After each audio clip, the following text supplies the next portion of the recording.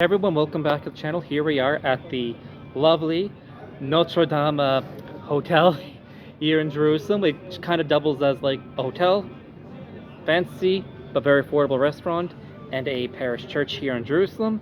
And today I thought I would make a bit of an impromptu video about dogmatic Sedavacintism and why I am opposed to it. Now, I just want to be clear about what dogmatic Sedavacintism is and to what extent I'm opposed to it.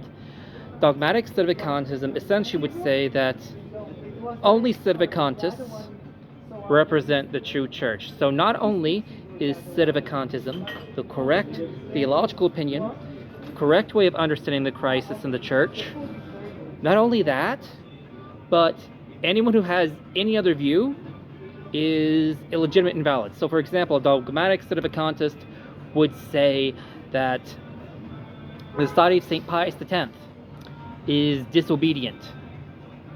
And because they think they can disobey the Pope under certain circumstances, even extreme circumstances, they're heretics. And they should be avoided. On the flip side, I'd also say that because they recognize even the possibility that Pope Leo XIV and previous holders of the office since the Second Vatican Council might remotely be legitimate popes, they are adhering to a heretical pontiff and are therefore in schism, and therefore not part of the true church and should be avoided. More or less, that would be the case. Now, I do want to now, there are a few holes in this opinion, and I want to admit, this is not all, and there are a few things I want to point out. For starters, this is not all Sedavacantists. I know plenty of Sedavacantists who attend SSPX masses, and they take the view that who the question of the Pope is under circumstances like this is something that is legitimately open to interpretation. This is not normal times in the church. You do not normally have the Vatican website, which, thinking the Vatican website is accurately reporting on what goes on in the Vatican is a legitimate position to hold. It is not normal to have the Pope supposedly do Pachamama rituals in the Vatican, or issue decrees like Fiducia Supplicans. And if you do not see the problem with Fiducia Supplicans, I'm sorry, you are lost. You are a lost soul. Read Romans 1, 26, 27. So there are clear problems. That being said, they admit that there have been issues like this before in the church, especially about who the person of the Roman pontiff is. Yes, even with heresy, Pope Honorius I famously issued a decree forbidding the preaching against heresy. Some people even today try to argue he was a heretic. There are certain people who, there has been debate in the past about which lineages of popes have been legitimate. For example, there is, under current Vatican lists, a Pope Alexander IV and a Pope Alexander VI, but no legitimate Alexander V, as Pope Alexander VI thought the Pisan line was legitimate. Yet later on, John the 23rd, who was elected, who was famously convoked the Second Vatican Council, thought that the Roman line was legitimate. So even the Roman Holy See has gone back and forth as to which legitimate pontiffs in the past have been the legitimate line of succession. Furthermore, there have been cases where there have been two popes that come out of St. Peter's Basilica in the past, right before Easter time, and what both parties agreed to do is that both would go into retirement during Easter, and there'd be another bishop from outside who would come in and celebrate Easter celebrations for everyone, and both sides agree to that. So you have two different anti-popes rivaling each other, allowing their constituents to more or less remain in communion with the other side during a dispute in the church. So if you want to be so rigid, as some dogmatic Sedavacantists claim, in that case, to say that there could never be a situation like this, you would have to say that both of these popes were schismatic, which would be quite illogical and inconsistent. Now, there are some other problems with dogmatic Sedavacantism. The problem is that if they were correct, if you adhere so rigidly to their position, that you would have to conclude that the church had indeed fallen. Now, if you're a non-dogmatic Sedevacantist, this is not as much of an issue. For example, for example, a non-dogmatic Sedevacantist would say, well, after Vatican II, where was the church then? A non-dogmatic Sedevacantist would say, Archbishop Marcel Lefebvre, Bishop Antonio de Castromayor represented the true church at the time. They may have had mistaken opinions about who the legitimate pontiff was. There have been times when people have questioned who the legitimate pope was in the past. Read papal history, that's brutally obvious. But that doesn't mean the church ceases to exist. They are mistaken, as a matter of fact, not heretics, and ergo they can represent the true church. If you are dogmatic Sedevacantist, this becomes a problem. Not only do you have to deal with the fact that a huge amount of the bishops fell away at Vatican II, but pretty well there was no one who had unbroken continuity. The only bishop whom I am aware of who was a Sedevacantist from the get-go was Bishop Antonio de Castromayor, and if you are a dogmatic Sedevacantist, you cannot recognize him as someone who legitimately held the true faith. And you would have to regard him as a schismatic yourself, because Bishop Antonio de Castromayor, though he was a Sedevacantist, knowingly and openly cooperated with non-Sedevacantist bishops in bestowing the sacraments, and as such, by dogmatic Sedevacantist standards, would have put himself into schism with the true church, because Bishop Antonio de Castromayor famously cooperated with Archbishop Marcel Lefebvre. So, does dogmatic Sedevacantism have any valid points to support its position? Yes, they do have a basic understanding of the papacy that under normal circumstances would operate. And the same is a position held by the priestly fraternity of St. Peter. Normally, you have a pope in the church, and you obey him. You just cannot disobey him. And they frequently, along with the priestly fraternity of St. Peter, it is quite ironic and interesting how often dogmatic Sedevacantists and extreme hardline supporters of priestly fraternity of St. Peter agree and have the exact same talking points, namely, this person is the Pope, therefore you obey him, end of discussion, doesn't matter what it is, end of story. The only question is, well, the only difference is that the fraternity of St. Peter says, well, that means you must obey him no matter what, no matter how ridiculous it is. The dogmatic Sedevacantists would say, well, he's a pope, not pope no matter what, so you cannot agree with him or support him in any way or have any opinion that he's a valid pope at all. Both would agree on that, and there is something legitimate to that. The First Vatican Council decreed that you are to obey the Pope. You cannot just disobey a Pope because you do not like him. And I read the decrees of the First Vatican Council. That is what they say. That even when the Pope is not acting infallibly, you are bound as a matter of obedience to obey him. That is true. That was in the context of the First Vatican Council of Orthodox popes. No one who in their right mind thought was a heretic.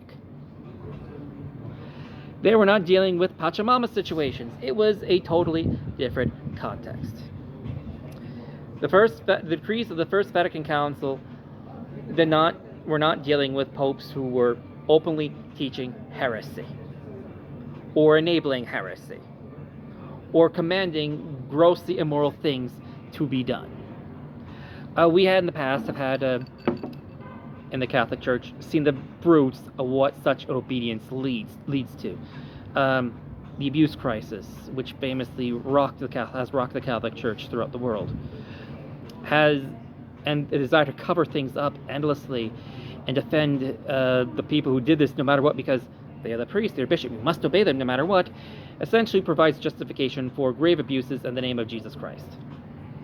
Which, happily, if you're a Catholic, teachings of St. Thomas Aquinas, Summa Theologica, there are three types of obedience. One, there is obedience which is mandatory. For example, your mom tells you to take out the trash. You do it. Obedience which is optional. Your mom commands you to maybe follow a certain path in life. You don't need to. But if you offer that up as an act of obedience, it is virtuous, provided it is something you can do and handle, and prudent. Then there's that obedience which is forbidden, which is, for example, go kill someone. Your mother goes to go kill someone. And in which case it is forbidden. That is teaching of St. Thomas Aquinas that you cannot obey in that situation. And that would be the same case with the Pope. And this is even talked about in early church documents, like the Didache. One of the reasons many Protestants come over to Catholicism is because they are trying to find what the early church taught. The early church gave our marching orders on this, that if we have a teacher of the faith, including the Pope, and they themselves depart from teaching the faith, you do not follow them. That is what it says in the Didache.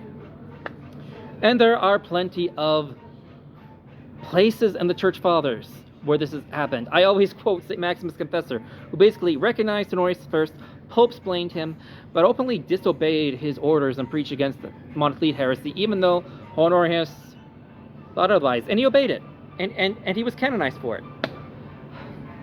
So the appeal of that dogmatic Sedavacantists make to the decrees of the First Vatican Council simply are taken out of context. It was not intended to deal with a legitimately heretical Pope who was doing things like doing Pachamama rituals in the Vatican.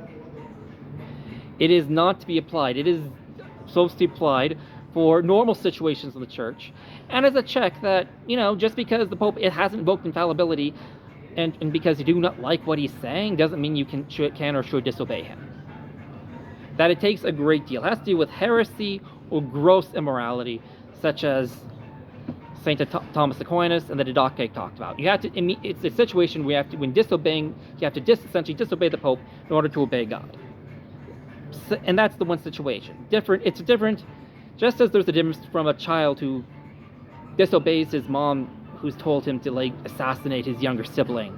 There's a difference between that and a kid not wanting to go to bed or not wanting to go to that party, and they think their parents is being unreasonable, so they sneak out. There is a moral difference in that, and that's what. And the decrees of the First Vatican Council were meant to deal with the kids who essentially want to sneak out, in terms of papal obedience, and say that their parents are just being unreasonable.